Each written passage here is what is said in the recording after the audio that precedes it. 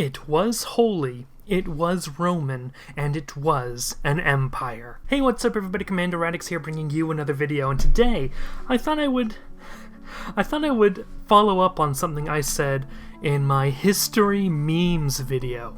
Don't you love history videos that come out of videos reacting to history memes? We're in history inception right now.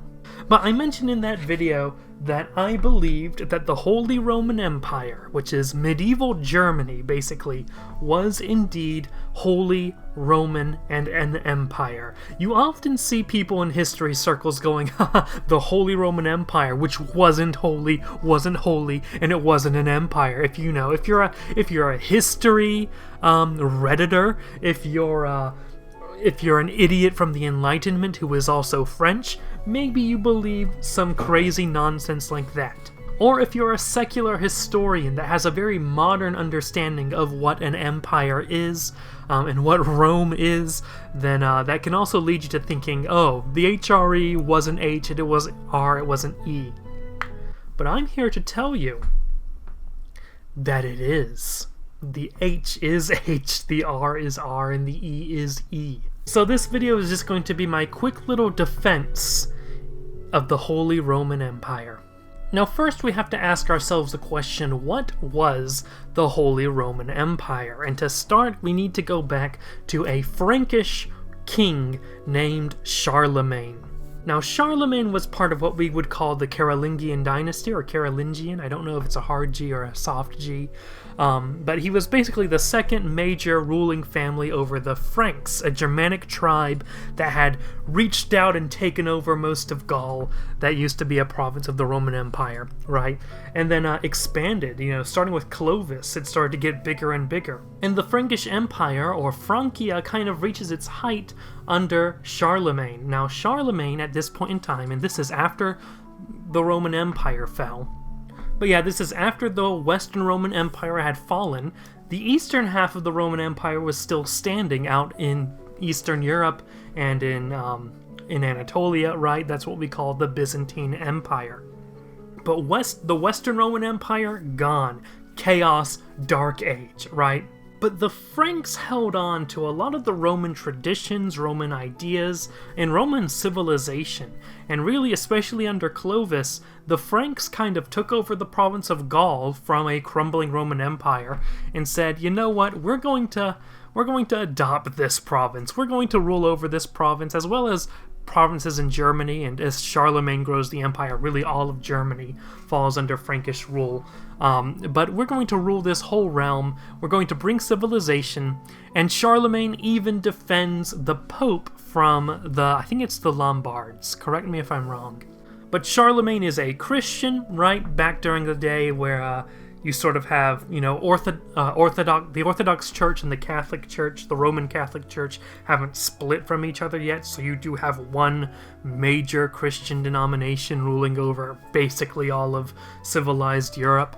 And Charlemagne's doing his duty as a Christian to defend the Pope from attacks by basically barbarians. Now, historically, we have to go back to the time of the Roman Empire, particularly when the Roman Empire was Christian, in which you basically had two heads. The Pope, right, the Bishop of Rome, as it were, was considered the first among equals, with papal primacy over the church, right?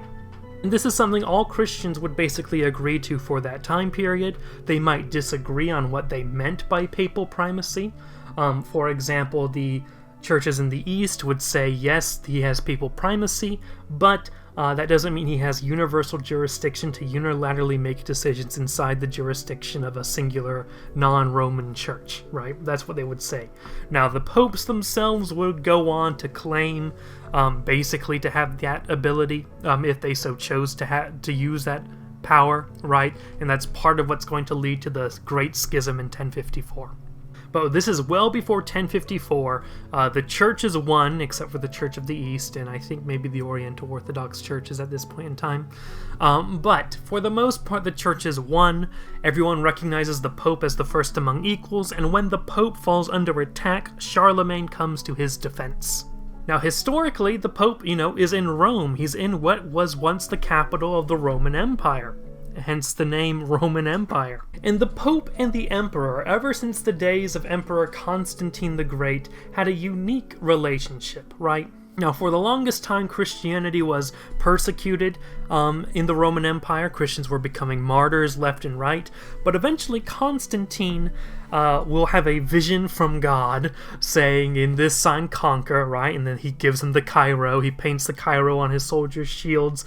And through the Edict of Milan, the persecution of Christianity basically becomes illegal. Now, of course, you do have exceptions to this, but for the most part, through Constantine, Rome is going to essentially be baptized.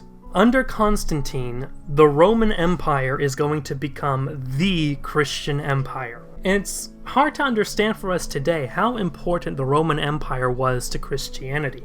We can say, oh yeah, the Roman Empire persecuted Christians, so it was bad for Christianity. But it's more complicated than that, because once the Roman Empire became Christian, it became the defender of the faith. It became the body through which Christianity was able to spread throughout.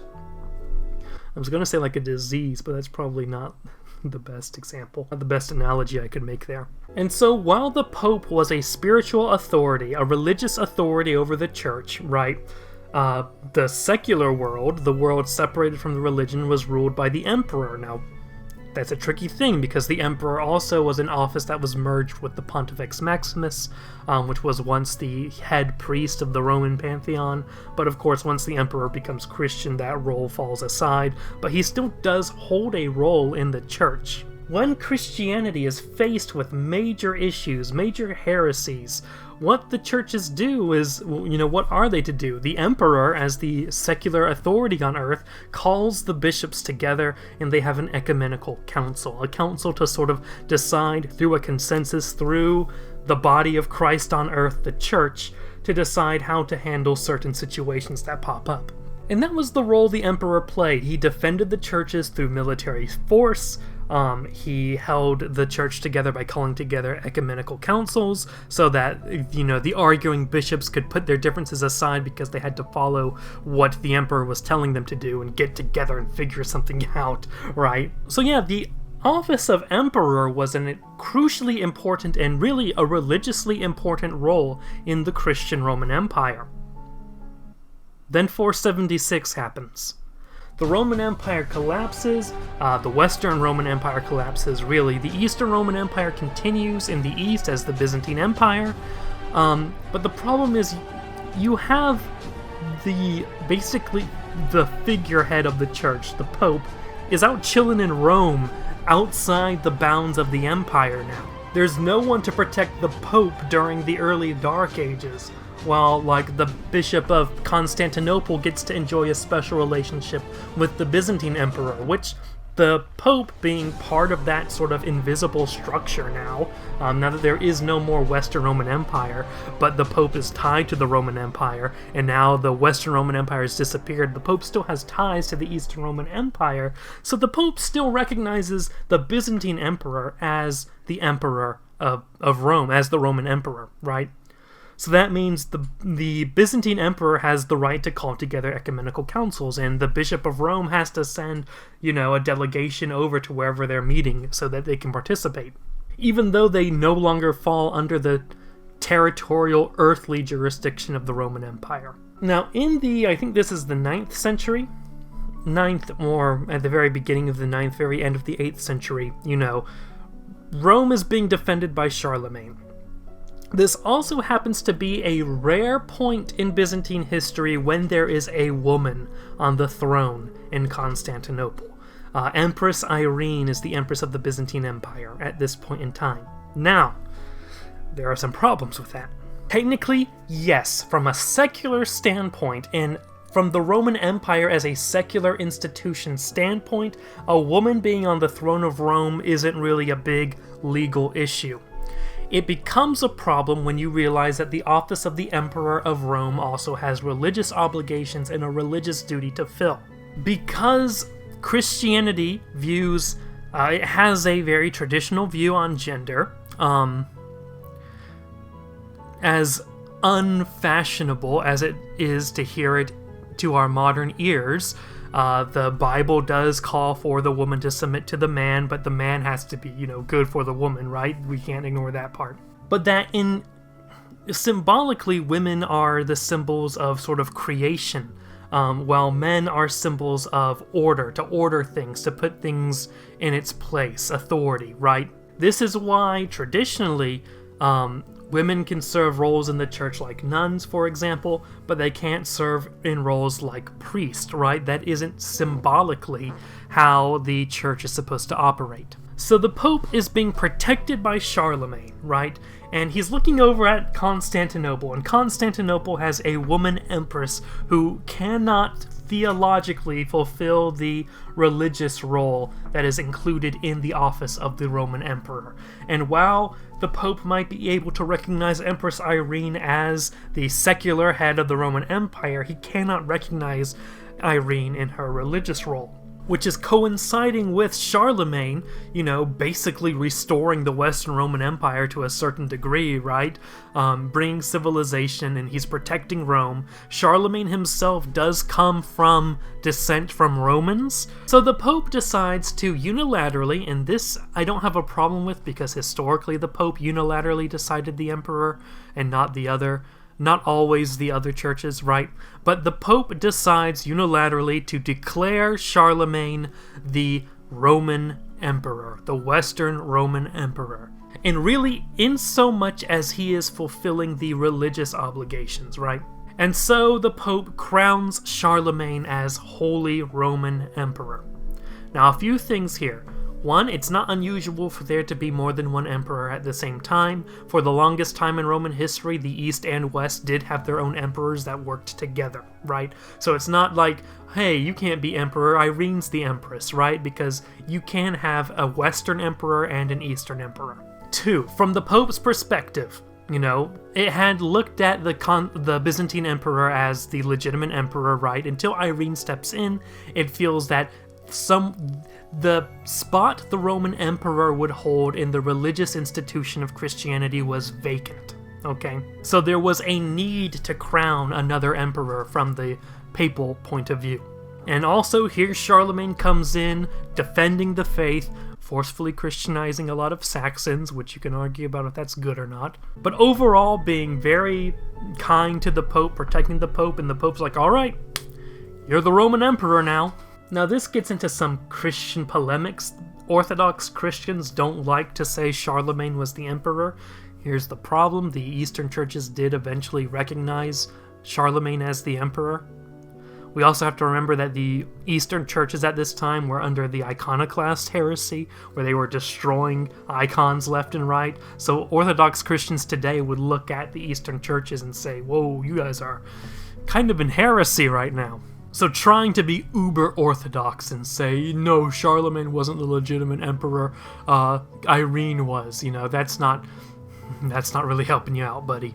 Now, continuing on, Charlemagne has the Holy Roman Empire. He will eventually die, his sons divide the kingdom, and then the office of Holy Roman Emperor is kind of floating out there until a guy named Otto, I forget the number after his name, but Otto becomes the Holy Roman Emperor, and at this point in time, the Holy Roman Empire is centered in Germany, okay? France had broken off and gone their own way.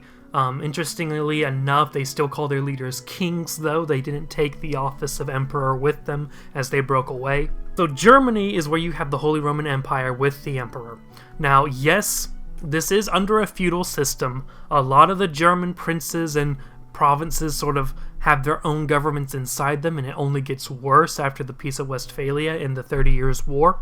So sometimes it's really hard to look at the Holy Roman Empire as a country, but it did exist, right? So let's break down the Holy Roman Empire. Let's start with the holy bit. Was the Holy Roman Empire holy? I will say yes. Here is why. It is holy because the Holy Roman Emperor was coronated by the Pope, by the Church, as the Emperor. And we have to remember the religious role the emperor played, right? This isn't like a secular understanding of emperor or empire. We'll get to that when we talk about the empire bit. So it was holy in so much as the church declared it holy, right? The Holy Roman Emperor had the right to call ecumenical councils, although I don't know if he actually did. Because it's not long after the Holy Roman Empire is established that you have the Great Schism, where every other church breaks away from Rome, and it's kind of hard to have or you can say Rome broke away from the other churches. I don't want to get into semantics right now, but yeah, it's kind of hard to hold an ecumenical council when you're by yourself. So the Emperor of Constantinople, the Byzantine Emperor, would hold ecumenical councils with everyone except Rome. Rome is by itself. It doesn't really need to have an ecumenical council. It can just have the Pope make all the decisions. Which gets into a conflict you see later on in the Middle Ages between the Holy Roman Emperor and the Pope, because now that the Church of Rome is by itself and not with Constantinople, Jerusalem, Alexandria, Antioch, all those guys, now that it's by itself, the ecumenical councils aren't really so important, because if you view yourself as the only church that is still in standing with God, then you have a bishop, you have a head of that church. You don't need to have a ecumenical council like you would if you had several churches that are united in one communion, right? Then you would have to have a council. You don't really need it so much when you're just Rome. Not to say that the Roman Church didn't have ecumenical councils, but that they were mostly called by the Pope by that point in time. So you do have that dispute between the Holy Roman Emperor and the Pope. Anyway, was the Holy Roman Empire holy? Yes, it was declared by the Church. Was it Roman? Now there's an interesting question. Like I said, the Franks did descend from a lot of Roman collaborators, Roman rulers, right? Charlemagne goes back to, some Roman genetics. Their first major realm, Gaul, was populated by Gallo-Romans, right? So it was very Roman in that sense. Now, if you are going to define Romanness as being Latin, sure. The Franks weren't Latins. But you know what? Neither was the Byzantine Empire. You get a lot of people trying to point to the HRE and saying, ha ha ha, these Germans think they're Romans. And then they'll say, oh, the Byzantines were the true Roman Empire, even though they're Greeks. If you are going to define Romanness as being Latin, then the Byzantine Empire claiming to be the successor state to Rome is just as bizarre as the Holy Roman Empire claiming to be the successor state to Rome. But that's not really what Romanness is. The Roman Empire was not majority Latin, right? It was much more cultural, and we do see a Roman heritage to the Frankish Empire. Yes, it does gain a more German character as time goes on, but the same can be said about the Byzantine Empire, right?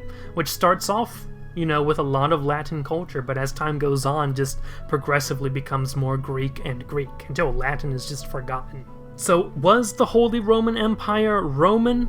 Yes, or at least insomuch as it was as Roman as the Byzantines were. Now, was the Holy Roman Empire an empire? When you look at the modern-day definition of empire, or a secular understanding of empire, it's very much there's one guy that basically is a king, but he's ruling over a large amount of territory that includes a lot of different types of people in it. And that's not exactly a medieval understanding of the concept of empire. In a modern understanding of empire, if you say something like, oh, there's a rank, there's dukes, then you have the king, then you have the emperor. There aren't many secular or modern empires where you have kings underneath an emperor, right? But that's the traditional, and by traditional I mean medieval, understanding of emperor. And yes, this is coming from a pre-Christian era. The Roman Empire was pre-Christian at first, and interestingly enough, sort of pre-Christian Roman Empire was an empire in a very secular sense that we could understand it today as being an empire, but that's not how they saw empire in the medieval period. In the medieval period, emperors outranked kings, right? You have kings on earth that are sort of representative of, God placed the kings in charge of their nations, right? That's, what the Epistle to the Romans was about, right? But an emperor is someone specifically chosen by God to fulfill a sort of godly role, a godly duty, right? And again, this is medieval, we're not talking about pre-Christian Rome here. That's sort of a different can of worms. Emperor, in and of itself, usually has a religious connotation. So, like I said before, the pre-Christian Roman emperor used to be the Pontifex Maximus, right? The high priest in the Roman Church. The Roman Pantheon worship. Looking at the medieval period, where do we see emperors, like people who actually call themselves emperors, right? We see emperor being used in the Holy Roman Empire, right? We see it being used in the Eastern Roman Empire. We also see it in places like China and Japan, right? What's going on there? Well, in China, you have the concept of the mandate of heaven.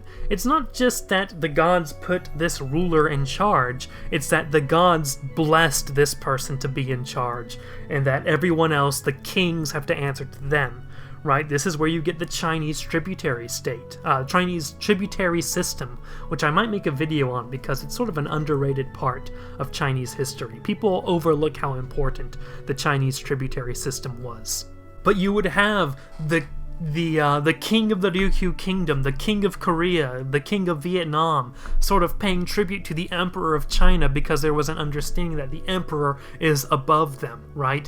And then you have this system of like emperor at home, king abroad, where like, for example, I think it was the Vietnamese monarchs called themselves emperors at home to say they were so good, but when they went over to the Chinese court, they called themselves kings because they recognized the emperor of China as being above them, even though China didn't rule them politically. And in the case of the emperor of Japan, you have the belief that the emperor was descent from Amaterasu, and that Amaterasu and her bloodline have a divine right over Japan, that they were blessed to rule Japan, right? So again, you have that religious element to it. The medieval person did not understand the role of an emperor as someone in charge of a large amount of territory. Our secular understanding of emperor kind of really starts with Napoleon during the Napoleonic Wars, where Napoleon conquers a lot of territory, right, and he decides to make himself emperor. He's above all the other kings of Europe. The king of Prussia answers to him. The emperor of Austria, whose descent from the Habsburgs and the Holy Roman Empire, right, answers to him. The Tsar of Russia, which again is emperor, but when Constantinople falls, the Eastern churches kind of give the Russian king the status of emperor to sort of fulfill the role that the emperor of the Eastern Roman Empire should have held if that Roman Empire was still standing. Very much so, the Russian Empire was sort of like the Orthodox Christians' version of the Holy Roman Empire. And so Napoleon decides to crown himself emperor. Now, Napoleon's coming out of the French Revolution, which was extremely anti-Catholic. He himself at this point in time was very secular. He did not have a high view of religion. He would get a better perspective on religion when he was exiled to St. Helena. But during this time, no, he was very anti-church. He pointed cannons at the Pope's bedroom in Rome, so not exactly a pious man at that point in time. But he decides to crown himself emperor, and he kidnaps the Pope, basically, because he wants the Pope there to bless his coronation. But he does something that was unheard of before, in that he coronates himself. He brings the Pope over to the coronation, kind of in an act to embarrass the Pope, to try to say that you have no power anymore. Right? So while in the past the Pope would hold the crown over the head of the king and in his powers as first among equals declare that this person is fulfilling the role of the emperor, right? Napoleon just has the Pope sit feet away and he grabs the crown and crowns himself emperor, right? So there was a lot of symbolism in that this is where we start to get the secular understanding of emperor, and it's in this ceremony that very much is sort of a slap to the Pope, as it were. And from that point on, after the Napoleonic Wars, where you get nationalism spreading around, you get countries with people and nations that have ideas of imperialism and empire in a way similar to the Napoleonic understanding of empire. So you have countries declaring themselves emperor left and right, even though they don't have the religious connotation that the term emperor used to have. So when we look at the Holy Roman Emperor, we have the Holy Roman Emperor in charge of a bunch of kings who has theoretically, even after the Great Schism, it gets weird though, but theoretically a role to play in the church. The Holy Roman Empire was very much an empire in the medieval understanding of empire. Now, if you understand empire as being a centralized authority over a wide space, right, then you're not going to get that in the HRE. It was very decentralized, so much so that, you know, it's hard to really point to the Holy Roman Empire on a medieval map. There might be a line outlining the territory of it, but you'll find a lot of countries inside of it, right? But to the medievals, an empire wasn't a centralized authority that was completely secular over a wide, you know, vast land, right? It was more so a religious role, and in that way, the Holy Roman Empire was an empire. If we try to analyze the Holy Roman Empire with our modern understanding of, and a secular understanding of what an empire is, we are projecting an anachronistic view on what an empire is onto the Holy Roman Empire, which isn't really how we should be studying history. You heard that, Voltaire? Anyway, this recording has gone to 30 minutes so far. I have been ranting and raving about the Holy Roman Empire for half an hour. I really need to stop. But hopefully that cleared some things up about the Holy Roman Empire. If any of you were some Reddit memers who like to say, ha ha ha, the Holy Roman Empire wasn't Holy Roman or an empire, I hope this changed your mind to some degree. From what I've seen, a lot of the religious aspects of history are kind of not taught that much in schools, so much so that I think the field of history has lost a lot of the ancient understanding of the world, not even ancient, medieval understanding of the world, that now it's making it very difficult to look back into the past and try to understand it. If we just say, oh, religion is a bunch of crazy stuff, we should just ignore that. But when you understand religion more, the religion of the people you're studying, then these things start to make sense. Or if you don't and you just think it's a bunch of nonsense like the Enlightenment thinkers, well, then you get Voltaire saying, haha, the HRE wasn't HR or E. Anyway, I hope this video was informative. Please subscribe to the channel if you have not yet. Subscribe for more content. A lot of history, philosophy, religion, fun. You know, we're just trying to have fun here. We're a bunch of nerds. We're a bunch of humanities nerds. Follow my social media links in the description, especially my Twitter and Discord server. And yeah, have a good day, ladies and gentlemen. They set fire to the forest.